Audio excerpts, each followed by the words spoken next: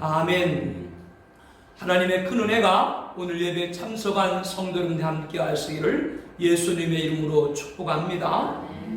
야곱은 애굽 고센에서 후손들이 정착을 하고 생육하고 번성하는 모습을 17년 동안 보게 됩니다.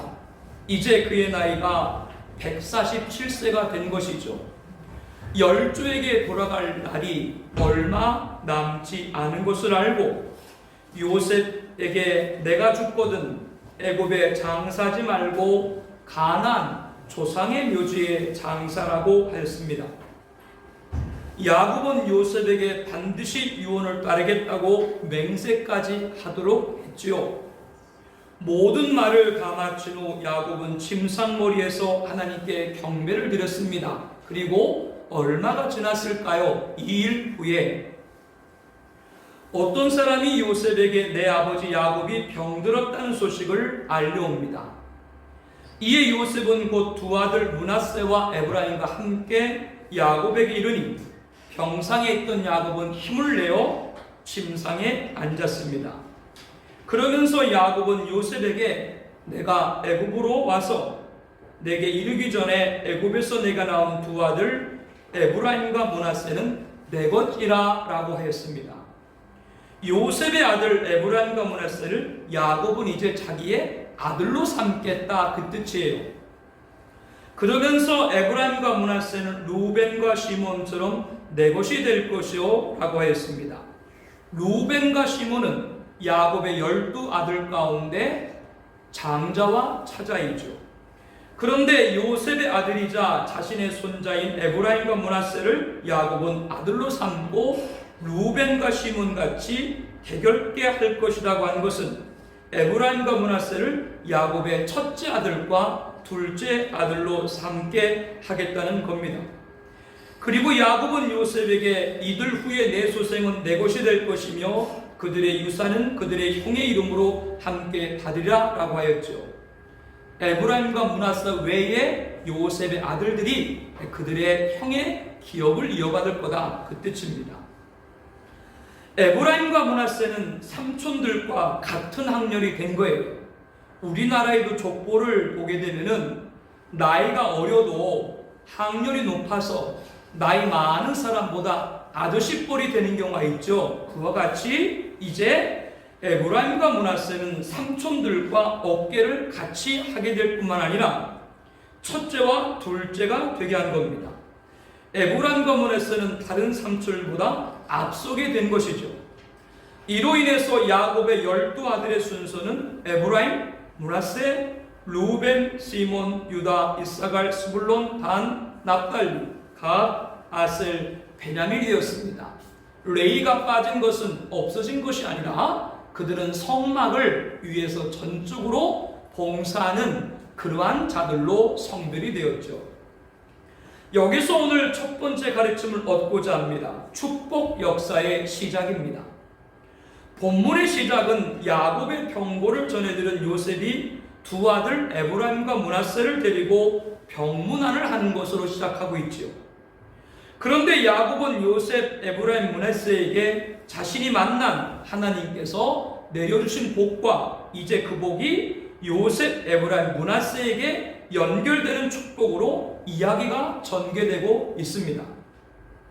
이를 통해 볼 때 요셉은 아버지 야곱이 아프시다는 말을 듣고 순순히 병문안만을 위해서 찾아온 것이 아닙니다. 다른 한편으로는 아버지 야곱이 돌아가시기 전에 에브라임과 므낫세에게도 축복을 받도록 해야 되겠다라고 생각을 한 것이죠. 그 이유는 요셉은 누구보다도 하나님이 함께해야만 복을 받는다는 걸 알고 있었습니다. 애굽에서 노비로 13년, 총리로 26년을 살아오면서 체험을 했기 때문이죠. 요셉은 이 하나님의 복이 증조 할아버지 아브라함, 할아버지 이삭, 아버지 야곱을 통해 이어지는 것을 알았습니다. 그래서 에브라임과 므낫세에게 야곱의 축복을 받도록 한 겁니다. 아버지 야곱이 돌아가시면 축복을 받을 수가 없기 때문이죠. 이것이 축복 역사의 시작입니다. 축복 역사의 시작은 이렇게 타이밍이 중요합니다. 기회가 왔을 때 잡아야 돼요. 하나님은 영존하신 분이기 때문에 항상 계십니다. 그러나 하나님께서는 복을 줄 때 사람을 통해서 복을 주시기 때문에, 그리고 나에게 축복될 사람은 항상 있는 것이 아니라고 하는 것을 알아야 됩니다. 하나님은 항상 계시지만 하나님의 복을 축복할 사람은 항상 존재하는 것이 아니죠. 하나님께서는 핏값으로 세우신 교회를 세우시고 예수님을 교회의 머리가 되게 하시고 성도들을 서로의 지체가 되게 하셔서 각각 사랑으로 섬김으로 서로에게 복이 되는 축복의 사람이 되게 한 겁니다. 지금 여러분 좌우에 앞뒤에 앉아 계신 분은 누구라고요? 하나님께서 나에게 복을 주려고 축복의 사람으로 만나게 한 거예요. 이 기회를 잘 알아야 돼요. 그러므로 우리는 교회 공동체에서 만난 성도들은 나를 축복해 주는 사람으로 받아야 됩니다. 정말 소중하게 여겨야 합니다. 서기관 중 한 사람이 예수님에게 계명 중 첫째가 무엇이니까? 라고 묻자, 첫째는 이것이니 우리 하나님은 유일한 주시라. 내 마음을 다하고 목숨을 다하고 뜻을 다하고 힘을 다하여 주 너희 하나님을 사랑하라 하셨고, 둘째는 이것이니 내 이웃을 내 자신과 같이 사랑하라 하신 것이라 라고 했습니다. 이렇게 하나님의 사랑과 이웃 사랑은 큰 계명이죠. 그런데 예수님께서는 새로운 계명을 줬어요. 최후의 만찬에서 제자들에게 새 계명을 너에게 주노니 서로 사랑하라. 내가 너희를 사랑같이 너희도 서로 사랑하라 라고 하셨습니다. 이제 하루 뒤면 십자가에 죽으시고 남아있을 제자들에게 너희들은 서로 사랑하라. 이것이 새 계명이라 라고 하신 것이죠. 그러므로 이 서로 사랑은 이웃 사랑이 아닙니다. 이 사랑은 제자들 간의 사랑입니다. 오늘로 말하면 교회 공동체 안에서 성도들 간의 사랑인 것이죠. 왜 예수님께서는 이웃 사랑 말고 교회 공동체 성도들의 서로 사랑을 말씀을 한 것일까요? 그 이유는 이 폐악한 세상에서 홀로 신앙을 사수하기가 쉽지 않기 때문에 그렇습니다. 그래서 예수님은 이어서 너희가 서로 사랑하면 이로써 모든 사람이 너희가 내 제자인 줄 알리라 라고 했습니다. 성도들이 서로 사랑할 때 세상도 우리를 예수님의 제자인 줄 알고 인정을 한다라고 하는 것이죠. 여러분, 사랑하는 부모님이 계시고 자녀가 계시고 배우자가 계신데 누가 제일 사랑을 해야 돼요? 내가 제일 사랑해야 다른 사람도 우리 집의 사랑을 인정을 하는 거예요. 믿지 않는 사람들도 성도들이 예배로 하나 되고 전도로 하나 되고 교육으로 하나 되고 봉사로 하나 되고 친교로 하나 되면 함부로 대하지 못할 뿐만 아니라 하나님을 보게 되는 겁니다. 그러므로 성도들의 서로 사랑이 바로 축복이 되는 것이죠. 초대교회는 핍박으로 옥고를 치르고 매질을 당했습니다. 그때 성도들은 한마음으로 주여 이제도 그들의 위협함을 굽어보시옵고 또 종들로 하여금 담대히 하나님 말씀을 전하게 해달라고 기도했습니다. 위협에 굴복이 아니라 오히려 담대히 하나님의 말씀을 전하게 해달라고 기도한 것이죠. 이어서 손을 내밀어 병을 낫게 하셨고 표적과 기사가 거룩한 종 예수 이름으로 이루어지게 하옵소서라고 오히려 능력을 간구했습니다. 이렇게 빌기를 다하며 모인 것이 진동하더니 무리가 다 성령이 충만하여 담대히 하나님 말씀을 전하였다라고 하였습니다. 핍박받는 성도들 위해서 서로가 힘을 모아 한 마음으로 기도, 바로 이것이 서로 사랑의 축복입니다. 또한 신앙의 박해로 생업에 제약을 받았습니다. 예수를 믿는다는 이유로 직장에 취직할 수 없었고 장사할 수도 없었어요. 이때 어려움을 당한 성도들을 위해서 한 마음과 한 뜻이 되어 모든 물건을 서로 통용하고 자기 재물을 조금이라도 자기 것으로 하는 이가 하나도 없다라고 했습니다. 자기 것을 교회에 들여서 핍박으로 어려움을 당한 성도들의 부족한 것을 돕고 섬기도록 한 것이죠. 너희가 넉넉한 것으로 그들의 부족한 것을 보충하여 균등하게 하려 함이라고 말씀을 하였습니다. 지금은 헌금을 통해서 어려운 분들을 구제하지 않습니까? 또한 자녀들 장학사업도 행하고 있고요. 이러한 한마음의 섬김, 바로 서로 사랑의 축복인 것이죠. 너희가 짐을 서로 지라. 그리하여 그리스도의 법을 성취하라라고 했습니다. 일방적으로 주는 사람도 없고 일방적으로 받는 사람도 있게 해서는 안 된다라고 하는 겁니다. 왜냐하면 우리들은 서로에게 축복이기 때문입니다. 나는 물질이 없어서 물질이 필요합니까? 하나님의 은혜로 물질의 도움을 받을 수 있습니다. 그러면 나는 무엇을 베풀어야 됩니까? 다른 성도님을 위해 기도할 수 있는 것이죠. 기도는 물질이 없다고 할 수 없는 것이 아니라 물질이 없어도 기도를 할 수 있는 줄로 압니다. 이렇게 서로에게 축복이 되어야 하는 거예요. 각각 은사 받은 대로 하나님이 여러 가지 은혜를 맡은 선한 청지같이 서로 봉사하라. 누가 누구에게 불만이 있거든 서로 용납하여 피차 용서하되 주께서 너희를 용서한 같이 너희도 그리하라. 서로 위로하라. 서로 대접하기를 원망 없이 하고 서로 겸손도 허리를 동이라. 혼자 하면 지쳐요. 혼자 하면 힘에 부쳐요. 그렇기 때문에 서로 짐을 지라. 그것이 서로에게 뭐가 돼요? 축복이 된다라고 하는 겁니다. 2주 전 가나안 교인에 대해서 말씀을 드렸습니다. 가나안을 역으로 하면 안나가가 되죠. 하나님을 믿는다고 하지만 교회에 다니지 않는 분들을 가나안 교인이라고 합니다. 그런데 이분들 가운데는 연약한 분들만 있는 것이 아니에요. 신실한 믿음과 충성된 봉사와 적극적인 전도의 헌신자들이 계세요. 그런데 자신이 신뢰할 만한 목사, 동역할 성도를 찾지 못해서 예배당 발걸음을 중단한 분들도 있습니다. 참 가슴이 아파요. 그래서 집에서 듣고 싶은 설교를 듣고 기도하면서 마음에 감동되는 곳에 예물을 드리고 혼자 신앙생활하는 그런 분들도 계세요. 그런데 우리들은 기억해야 됩니다. 홀로 있을 때 누가 접근을 해요? 예수님께서 성령에 이끌려 광야로 가서 40일 밤낮으로 금식을 했습니다. 그때 누가 찾아왔습니까? 마귀, 시험하는 자가 찾아왔죠. 예수님은 단호히 물리쳤습니다. 이에 마귀는 예수를 떠나고 천사들이 나와서 수종을 들었습니다. 예수님이 홀로 계실 때 찾아온 시험하는 자, 마귀가 성도가 집에 혼자 있을 때는 찾아오지 않겠습니까? 너희 대전 마귀가 우는 사자같이 삼킬 것을 찾나니 라고 하였죠. 우리가 주님처럼 마귀의 시험을 단호히 물리칠 수 있다면 혼자 집에서 신앙생활 하면 되지만 그러지 못하다면 하나님이 핏가루를 세운 교회 공동체에서 함께 서로의 축복으로 신앙생활을 해야 되는 것이 마땅한 것이죠. 이게 바른 교회론이에요. 예수님이 감람산에서 승천하실 때 500여 형제들이 일시에 목격을 했습니다. 남자의 수만 기록되었기 때문에 실제 여자와 어린아이를 합하면 아무래도 1,000명은 좋게 넘었을 것입니다. 예수님은 그들에게 분부하여 예루살렘을 떠나지 말고 내게서 들은 바 아버지께서 약속하신 것을 기다리라라고 하였습니다. 그런데 이 주님의 말씀을 듣고 예루살렘을 떠나지 않고 더불어 마음을 같이하여 오로지 기도에 힘쓴 무리의 수가 약 120명이었더라고 말씀을 합니다.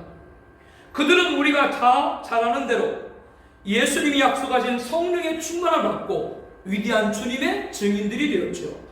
그러나 120명의 몇 배가 되는 나머지 사람들은 승천하시는 예수님의 명령을 듣고도 예루살렘의 교회에 모이지 않고 다 그들은 그대로 가버렸어요. 교회 공동체에 모여서 더불어 믿음을 갖는 것이 얼마나 중요한 건가를 알게 하는 말씀이죠. 그러므로 이도저도 아니고 혼자 믿겠다는 분들에게 찾아가 잘 권면을 해야 됩니다. 성도에게 세상을 주신 서로 사랑을 전하고 서로 짐을 지고 서로 축복의 사람이 되도록 해야 됩니다. 그래야 이 마지막 때 마귀의 시험을 이기고 승리할 수가 있습니다. 서로 사랑, 서로의 짐을 지고 서로의 축복이 될 때 이길 수 있다 그 말이에요. 하나님이 나에게 복을 주시고자 내 옆에 있는 성도님들을 축복의 통로로 만나게 하는 겁니다. 그러므로 우리는 서로의 축복입니다. 요셉은 에브라임과 므낫세를 병중에 있는 야곱에게 데리고 온 것은 병문안만이 아니라 돌아가시기 전에 뭐를 받게 하기 위해서? 축복을 받게 하기 위해서라고 말씀을 드렸어요. 하나님은 항상 계시지만 축복의 사람은 항상 있는 것이 아닙니다. 타임입니다. 기회를 왔을 때 찾아야 돼요. 일부 예배를 드리고 마치고서 성도님과 잠깐 대화를 나눴는데요. 요번에 좋은 것이 계약이 돼서 많은 물질을 얻게 됐어요. 그런데 원래 그 물건은 다른 사람이 하려고 1년 동안을 기다리고 있었던 것인데 1년 동안 기다리다가 안 된 일인데 잠시 그 사람이 자리를 비운 사이에 자기가 집에 있다가 사무실에 가야 되겠다 생각이 들어서 들어갔는데 10분도 안 됐는데 다른 사람이 가서 그 계약의 물건이 형성이 된 거예요. 타이밍이에요. 기회예요. 우리 교회 성도님들은 나에게 축복입니다. 그러므로 지금 성도를 통해 주시는 하나님 받을 복을 받도록 서로가 사랑해야 됩니다. 서로 사랑할지니 사랑 허다한 데를 덮는다라고 말씀했죠. 복을 참으면 안 되는 것이죠. 우리 교회 공동체에서 만나게 하신 성도를 통해서 큰 복 받기를 축복합니다. 축복 역사의 시작은 하나님의 복의 통로인 성도로부터입니다. 이것이 오늘 첫 번째 가르침입니다. 하나님의 복의 통로인 성도는 교회 공동체만을 말하는 것은 아닙니다. 본문의 요셉과 에브라임 므낫세를 축복한 야곱과 같이 하나님을 경외한 혈육 아버지도 나에게 축복의 통로로 보내준 분이죠. 바라고 바라기는 나의 아버지, 어머니, 부모님 그리고 나는 자녀의 부모로서 축복의 통로가 되기를 바랍니다. 내가 부모로서 자녀의 축복의 통로가 되게 하기 위해서는 야곱과 같이 자신이 먼저 복을 받은 체험이 있어야 합니다. 오늘 말씀의 두 번째 가르침은 축복 역사의 체험입니다. 야곱은 노안에 질병이 겹쳐 힘겨운 중에도 사랑하는 아들을 맞이하여 요셉에게 이전에 가나안 땅 루스에서 전능하신 하나님이 내게 나타나사 복을 주셨다라고 말문을 열고 있습니다.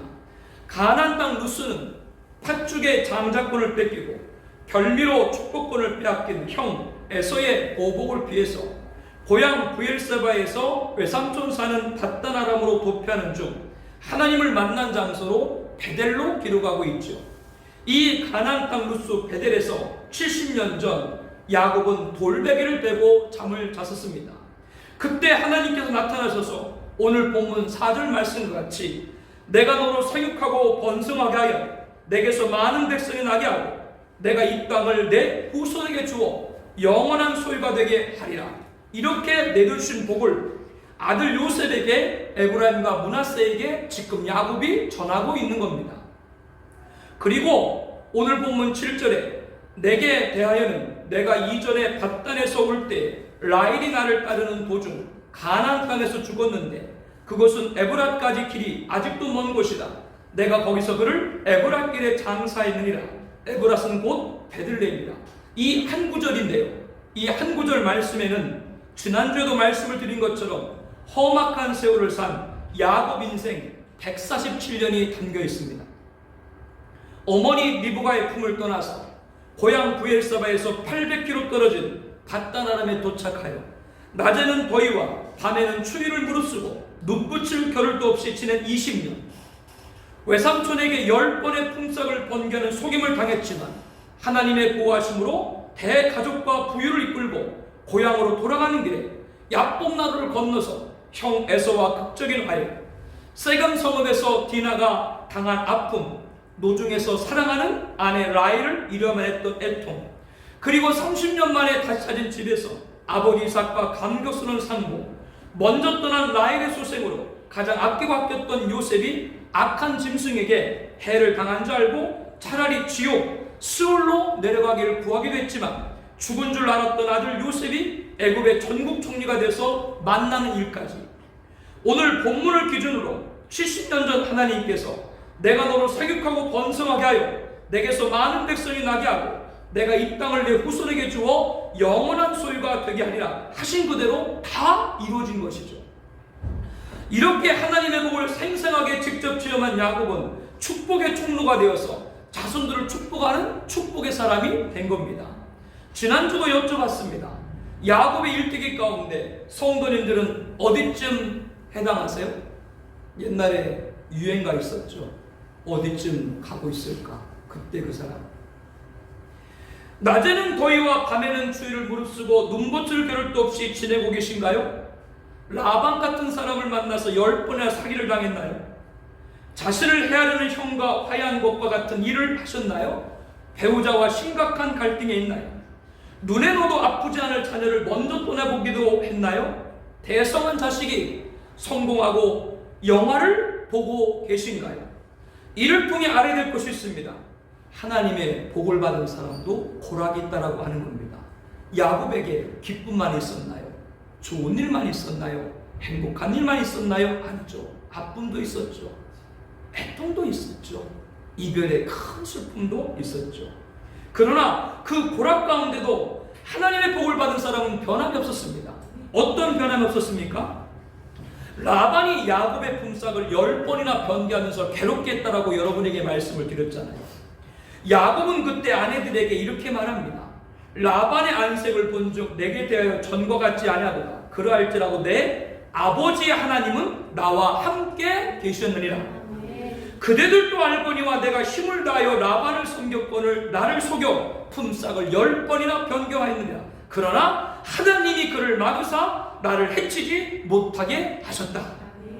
하나님의 복을 받은 사람도 고락을 겪을 수 있습니다. 그러나 어느 자리에 있던 내 아버지 하나님은 나와 함께 계셨으니 하나님이 대적을 막으사 나를 해치지 못하게 하셨다라고 고백할 수 있어야 합니다. 이것이 바로 축복 역사를 체험한 사람의 고백인 것이죠. 이 사람이 하나님의 복을 받을 수 있는 사람이고 다른 사람을 축복할 수 있는 것입니다. 축복 역사 체험의 은혜를 축복합니다. 오늘 말씀의 세 번째 가르침은 축복 역사의 사명입니다. 야곱의 아버지 이삭도 137세 때 눈이 어두워서 잘 보지를 못했어요. 유전적인 요인이 있는 것인지 아니면 나이가 많이 연로했는지 야곱은 147세가 되니까 눈이 어두웠습니다. 요셉이 데리고 온 에브라임과 므낫세를 알아보지 못해서 요셉에게 이들이 누구냐 묻자 요셉이 하나님이 애굽에서 내게 주신 아들들이다 라고 답을 합니다. 이에 야곱이 요셉에게 에브라임과 므낫세를 데리고 내 앞으로 나오라. 내가 그들에게 축복하리라고 했습니다. 요셉이 에브라임과 므낫세를 이끌어 아버지 앞으로 나아가니 야곱이 그들에게 입을 맞추고 그들을 안고는 요셉에게 이르되 내가 내 얼굴을 보리라고는 생각지도 못하였더니 하나님이 내게 내 자손까지도 보게 하셨도다 라고 하였습니다. 야곱은 손자지만 이제는 아들의 반열이 된 에브라임과 므낫세 뿐만 아니라 시간을 계산해 볼 때 이제는 장성한 에브라임과 므낫세가 결혼해서 낳은 증손자까지 본 것이죠. 여기 증손자 보기를 원하시는 분, 그 4대를 보는 거예요. 왜 하나님께서 이렇게 4대를 보면서 살게 한 이유가 무엇일까? 그 중에 하나가 바로 후손들을 축복하는 자가 되기 위한 거예요. 바로 축복 역사의 사명인 것이죠. 내가 내 자손까지도 보게 하셨다. 나는 그 말에서 그 의미를 도출할 수가 있는 거예요. 왜 여러분 무병하며 장수하기를 원하세요? 노년까지 건강해서 자식들 고생시키지 않기 위해서인가요? 그것도 내가 오래 살아야 될 한 가지 이유는 되겠죠. 그러나 하나님의 복을 받은 사람, 축복의 사람은 달라야 됩니다. 내가 일생 주와 함께하며 내 후손들에게 축복하는 자, 축복 역사의 사명을 감당하기 위함이라는 것을 알아야 합니다. 자손에게 믿음의 역사를 남겨줄 수 있는 것이 얼마나 큰 복입니까? 후손에게 일생 동안 하나님과 함께하는 간증을 전할 수 있는 것이 얼마나 큰 복입니까? 자손에게 하나님 복을 간절히 축복하는 축복 역사 사명 얼마나 큰 복입니까? 이 은혜를 축복합니다.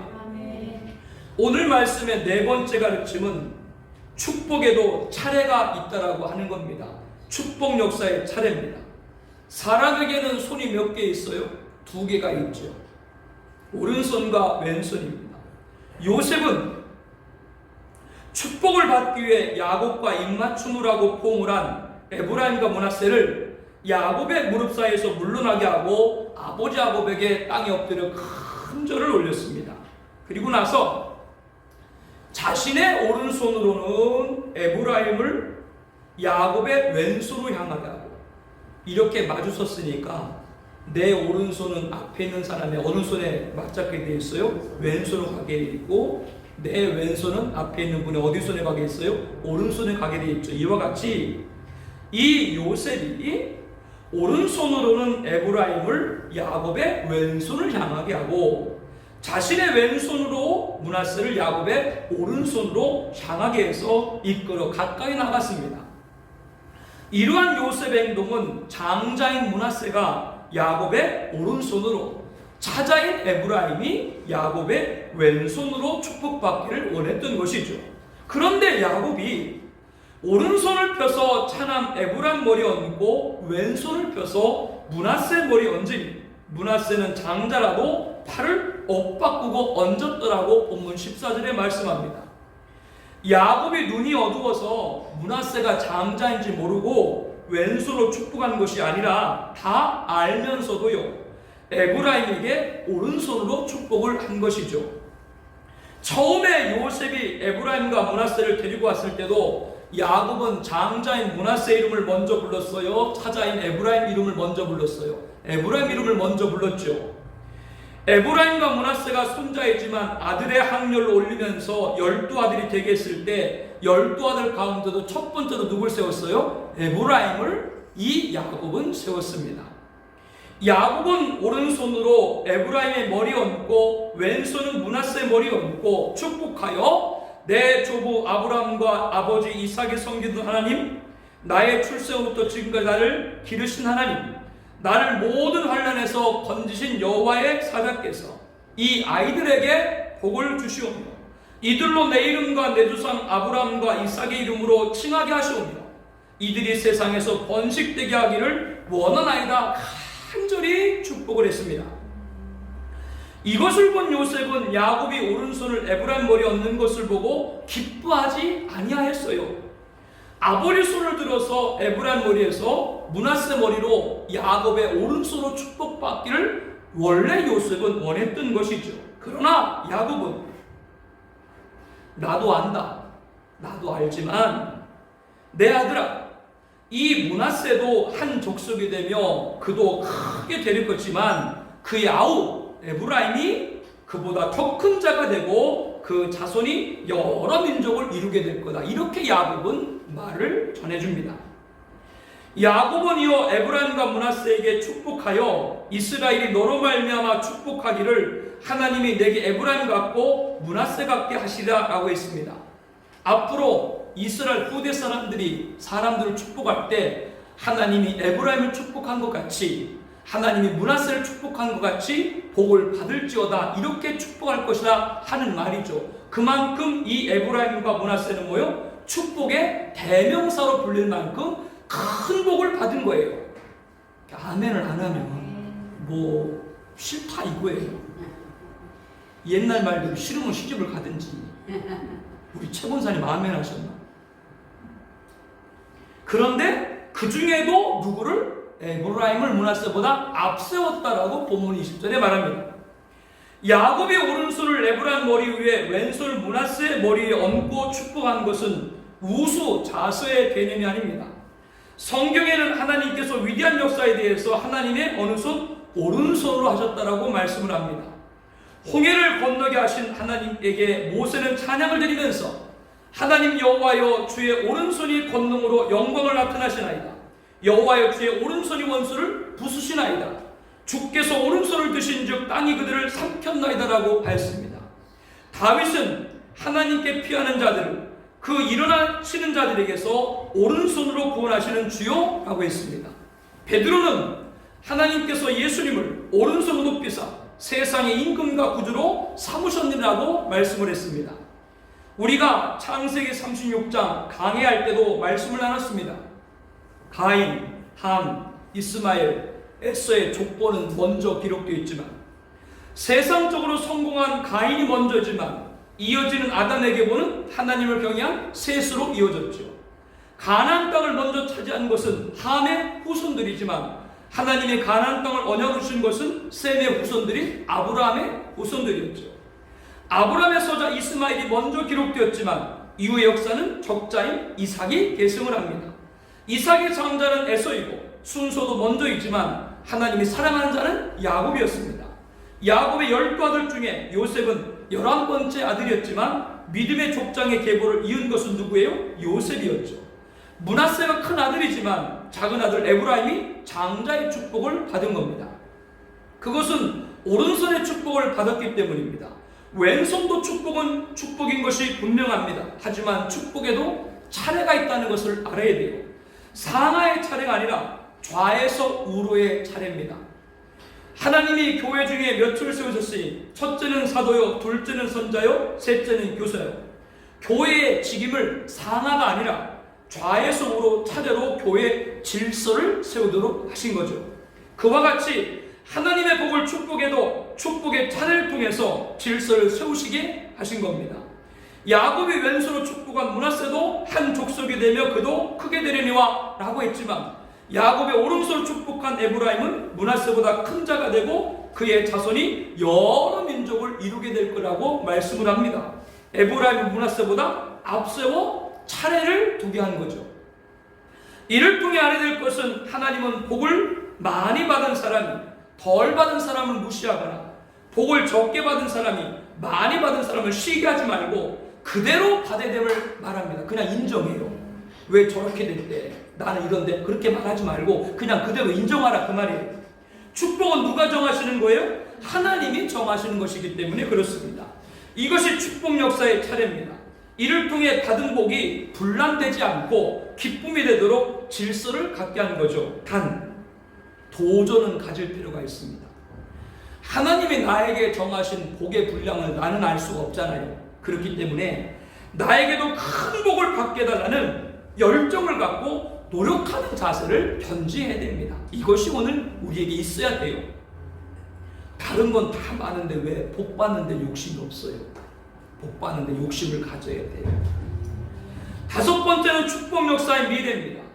야곱의 축복을 통해 이미 알았듯이 축복은 단대에서만 아니라 후대까지 이어집니다. 야곱은 에브라임과 므낫세에게 축복을 마친 후 요셉에게 또 이르되 나는 죽으나 하나님이 너희와 함께 계시사 너희를 인도하여 너희 조상 땅으로 돌아가게 될 것이라고 하였습니다. 장차 야곱의 후손들이 가나안으로 다시 올라가게 될 것이라고 하는 것이죠. 이 예언은 애굽 430년, 광야 40년, 470년이 지난 다음 여호수아와 갈렙을 필두로 출애굽 2세들이 가나안에 입성하여 이루어지게 됩니다. 축복 역사의 미래를 보게 하는 거죠. 축복 역사의 뭐요? 미래입니다. 그렇기 때문에 성도님들은 입을 열어서 부지런히 기도하고 말씀을 읽고 찬양을 드리고 축복해야 됩니다. 그래야 나의 단대에서만이 아니라 후대에서도 이루어지는 것입니다. 우리 어릴 때 시골에서 신앙생활 할 때 그때 교회의 권사님들, 교회의 장로님들 학문적으로는 많이 공부하지 못한 분이었어요. 그런데 목사님이 말하면 하나님 말씀인지 아멘 할 줄 알고 헌금을 드려도 자기들 이름뿐 아니라 애들 이름까지 다 적어가지고 애들은 교회도 안 다녀. 교회 안 다니도 이름까지 다 적어가지고 무슨 일 있으면 예물 올리고 무슨 일 예물 올리고 그러니까 나중에 그 자녀들이 어떻게 돼요? 잘 되는 모습도 우리 주변에서 많이 봅니다. 야곱은 자신의 후손들이 다시 가나안에 올라가야 될 것을 예언한 후 요셉에게는 특별한 축복을 더해줬어요. 내가 내게 내 형제보다 세겜 땅을 더 주었나니 이는 내가 내 칼과 활로 아모리 족속 손에서 빼앗은 것이니라 라고 하였습니다. 세겜 땅은 40년 전 야곱이 외삼촌 라반의 집 밧다람을 떠나서 숲곳을 거쳐 도착한 가나안의 한 성읍이었죠. 야곱은 하몰의 아들들에게서 백그시타를 세겜 땅을 사게 됩니다. 이 땅을 누구에게요? 요셉에게 주겠다라고 예언을 한 거죠. 축복을 한 겁니다. 요셉은 나중에 110세에 죽음을 맞이하게 되는데요. 이스라엘 자손에게 맹세시켜 하나님이 반드시 당신들을 돌보시리니 당신들은 여기서 내 해골을 메고 올라가겠다라고 명을 했습니다. 요셉의 유해는 애굽의 장사가 됐지만 후손들은 요셉의 유언을 잊지 않고 430년이 지난 후 출애굽할 때 모세가 직접 요셉의 유고를 가지고 떠났죠. 그리고 40년 광야 생활과 7년 가나안 정복 전쟁을 마친 후 이스라엘 자손이 애굽에서 가져온 요셉의 뼈를 세겜에 장사했으니 이것은 야곱이 백그시타를 주고 세겜의 아버지 하몰 자손들에게서 산 밭이다. 그것이 요셉 자손의 기업이 되었다라고 하였습니다. 477년이 지난다.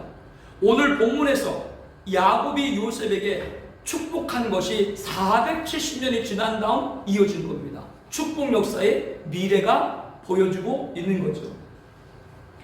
야곱은 병고를 듣고 찾아온 요셉의 두 아들 에브라임과 므낫세를 축복하면서 이들이 손자가 아니라 이제부터는 아들이 될 것이다 라고 향료를 올렸습니다. 그리고 12아들 가운데도 첫째와 둘째가 되게 했죠. 요셉은 아버지 야곱을 병문하러만 온 것이 아니라 아버지가 돌아가시기 전에 에브라임과 므낫세를 축복을 받도록 해야 되겠다, 그런 생각을 갖고 찾아온 거예요. 야곱은 70년 전 노중에서 하나님이 나타나 주신 복은 이제 요셉과 에브라임과 므낫세에게 연결되는 축복이 된 것이죠. 야곱이 죽으면 축복받을 수 없는 것을 요셉은 잘 알았어요. 타이밍이 중요합니다. 이것이 축복 역사의 시작으로 말씀드렸어요. 하나님은 영존하시기 때문에 항상 계시지만 하나님이 복을 줄 때는 사람을 통해서 준다는 걸 잘 알아야 됩니다. 그렇기 때문에 그 복의 통로의 사람은 항상 존재하는 것이 아니기 때문에 하나님의 핏가루를 세운 교회에서 예수님을 교회의 머리가 되게 하시고 몸인 교회의 성도를 지체를 되게 했는데 그 성도님들은 다른 것이 아니라 나에게 축복의 사람이 되도록 한 줄로 압니다. 그러므로 교회 공동체 성도들은 지금 나를 축복해 주시기 위해서 하나님 보내신 귀한 분들인 거예요.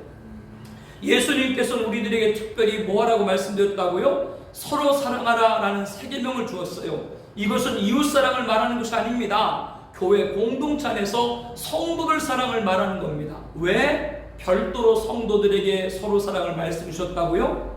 혼자 이 패악한 세상에 신앙으로 이기기가 너무나 어려워요.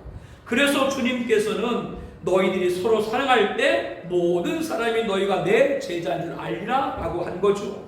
오늘 우리들이 예배와 전도와 교육과 봉사와 친교를 하나 되면 세상도 함부로 대하지 못하고 우리를 통해 하나님의 살아계심을 알게 될 줄로 믿습니다.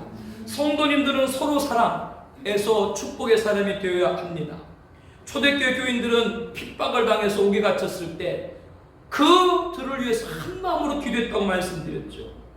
초대교인들은 성도들이 박해를 받아서 직장을 잃고 장사하지 못하게 됐을 때 자기 물건을 교회에 들여서 그 어려운 성도님들을 한 마음으로 도왔다고 말씀드렸죠. 이것이 바로 한 마음의 기도, 서로 사랑의 축복이고 한 마음의 섬김, 서로 사랑의 축복인 줄로 압니다. 하나님이 나에게 복을 주시고자 내 옆에 있는 성도님들 축복의 통로로 만나게 하신 것입니다. 그러므로 우리들은 서로의 축복인 걸 한시도 잊지 않기를 바랍니다. 가난한 교인들 가운데 연약한 분들만 있는 것이 아니라고 그랬어요. 신실한 믿음, 충성된 봉사, 적극적전도 헌신자들이 많이 계세요. 너무 안타까워요. 주변에 그런 분들이 홀로 집에 있는 걸 보게 되면요. 그러나 우리들이 예수님이 금식 기도할 때 누가 찾아왔다고 했어요? 시험하는 자 마귀가 찾아왔듯이 혼자 있어 위험해요. 예수님처럼 단호할 물리칠 힘이 있다면 혼자 신앙생활을 됐지만 그렇지 않으면 하나님이 핏가루를 세운 교회 안에서 서로 함께 신앙생활을 하는 것이 바른 신앙이고 교회론인 거예요. 교회 공동체에 모여서 더불어 믿음을 갖는 것이 얼마나 중요한 것인가.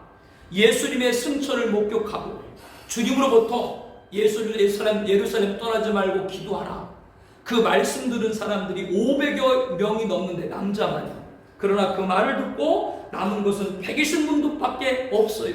이렇게 주님의 말씀대로 교회 공동체에 모여서 믿음을 갖는 것 참 중요한 것, 서로가 함께하는 것이 힘이라는 걸 우리들은 꼭 기억을 해야 됩니다. 일방적으로 주고 받는 거 없어요. 함께 해야 돼요. 서로 짐을 지라.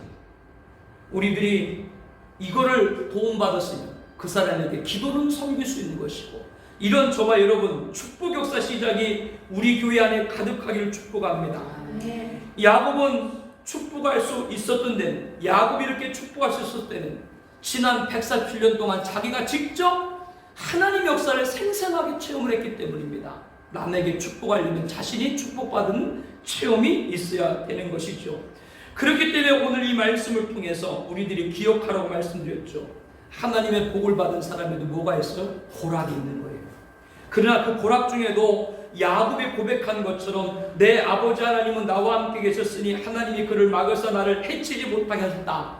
라간 이 고백이 있는 사람이 바로 축복을 받은 사람이고 축복할 수 있는 사람이 된 줄로 압니다. 야곱이 나이가 많아서 거기에다가 병까지 겹쳐서 힘들었지만 요셉과 에브라임과 므낫세가 왔다는 말을 듣고 힘을 내가지고 침상에 앉았어. 왜 앉았어요? 축복하려고. 왜 나를 오늘까지 살게 했나? 다른 것이 아니라 오늘 내가 내 후손들에게 축복하는 사명을 주신 줄로 압니다. 사랑하는 성도 여러분들, 믿음의 요산, 주님과 동행한 간증, 자손에게 이 하나님 복을 간절히 축복하는 축복의 사명 감당하기를 바라요. 요셉은 원래 큰아들인 므낫세가 야곱의 왼손, 야곱의 오른손, 둘째 아들인 에브라임이 야곱의 왼손으로 받기를 원했지만 야곱은 손을 엄근 맞아서 에브라임을 오른손으로 축복을 했죠. 요셉은 기뻐하지 않았지만 야곱은 이것이 하나님의 뜻이라고 말씀을 했습니다. 이를 통해서 우리들이 알아야 될 것은 이 축복에도 뭐가 있다고 여러분에게 말씀드렸어요? 차례가 있다고 말씀드렸어요. 그렇기 때문에 저 사람이 이렇게 복을 받았다, 그거 시비하지 말고 그대로 인정해요. 그게 차례예요. 단 뭘 꼭 여러분들 더욱더 도전을 받으라 그랬어요? 나에게 큰 복을 달라고 하는 그런 도전과 열정 갖는 여러분 되길 바랍니다. 저는 그래서 우리 청가교회 성도님들이 이런 큰 복을 받기를 축복을 합니다. 마지막으로 축복 역사 미래 말씀드렸죠? 이 요셉이 야곱에게 축복한 것이 몇 년 후에 이루어졌다고요? 470년 지난 다음에도 이루어져. 이게 축복 역사 미래. 다시 한번 여러분들이 항상 입을 열어서 말씀을 듣고 기도를 하고 축복할 수 있는 그런 입술이 되어서 교회에도 가정에도 교회에도 축복 역사 미래가 되기를 바랍니다. 축복 역사의 시작, 축복 역사의 체험, 축복 역사의 사명, 축복 역사의 차례, 축복 역사 미래가 함께하는 우리 축복이 가득한 청합연교회 공동체 가족 되시기를, 우리가 기도한 모든 분들 되시기를 예수님의 이름으로 축복합니다. 기도